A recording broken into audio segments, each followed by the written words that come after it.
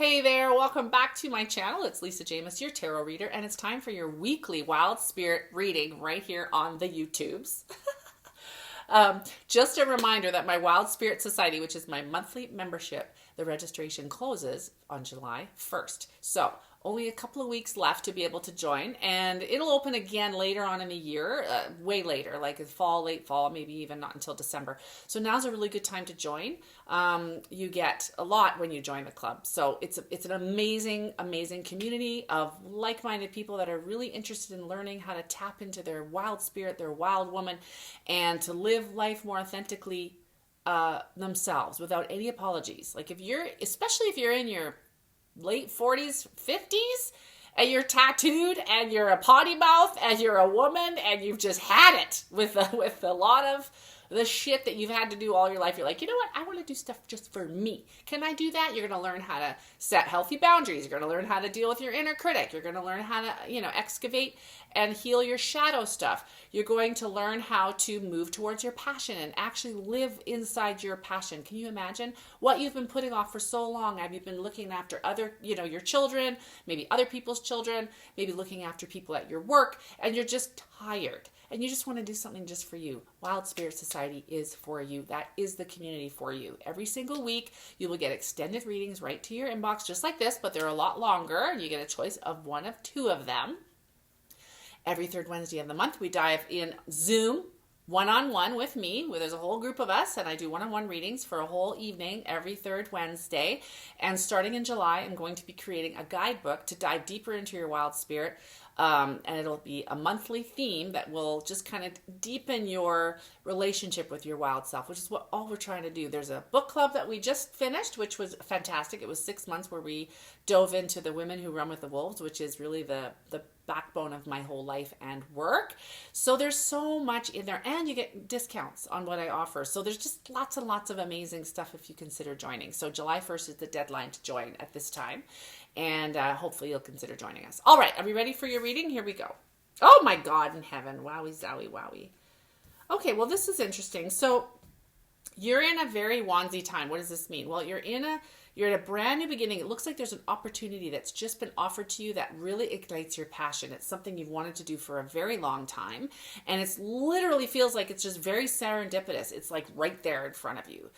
And so Ace of Wands is your first card. You can see this is literally illustrating this opportunity being handed to you. It's a brand new beginning in leadership, enthusiasm, life force, your passion. I mean, I can't even articulate. It's so funny that it just came after my blurb about Wild Spirit, because it has that feeling, something you've really wanted to do for a very long time. And there's just something right there. So the cards are saying 8 of Wands is the next card, which is just do it. So this is literally like the slogan, just do it.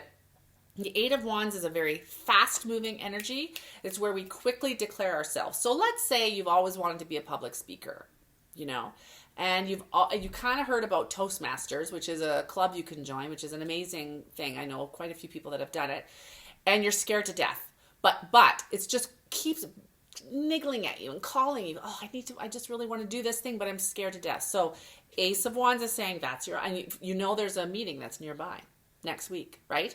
And you're scared to death where you're like, oh my God, it's right there and I have time and I should go. Ace of Wands, that's being offered to you. 8 of Wands is saying go and do it. Go and do it. Just do it quickly. Just quickly, openly declare yourself. I'm here. I'm ready to try this thing. That's what the cards are suggesting you do. Just as an example, it could be telling a person that you love them, like really doing that scary thing of proclaiming your love for someone. That's a very courageous thing to do. Fucking scary as hell. Most people are too scared to do that. Putting it all out there because it might be rejected. That's the chance you take, but maybe not, right? So that's something for you to think about. Now, the advice here, though, is 9 of Swords. So here's what happens when we move outside of our comfort zone, which is the cards are really egging you on to do. Like, do it, do it, do it, do it, right? That's what they're egging you on to do. Now, sometimes when we take a big leap like that, and it's really scary and we do it, here's what's an automatic thing that's going to happen, okay? Which is something that I work with people all the time. So if you have this issue, and everybody does, by the way, some people are better at it than others, and some people have learned the skills to manage it, which I teach people, by the way. So if you're interested in that, come and work with me. I will help you.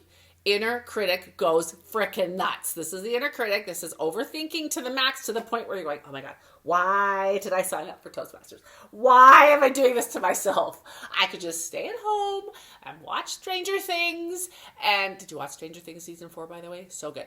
I could just stay at home, watch Stranger Things, not leave my couch, But no, I had to sign up for this stupid thing. So do not allow yourself to spiral into this negative thought loop of your self-saboteur trying to stop you. That's all it's doing is, all your inner critic really is like an overprotective parent, okay?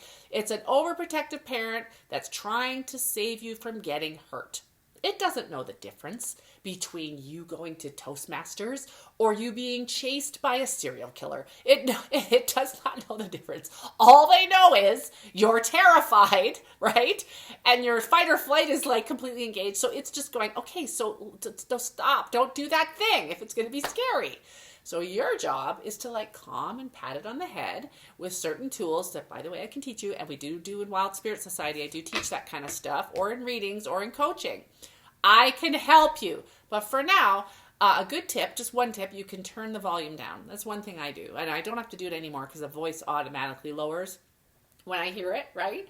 Because years ago, I could never do this. Are you kidding me? There's like 10 years ago, you'd never see me doing something like this, ever.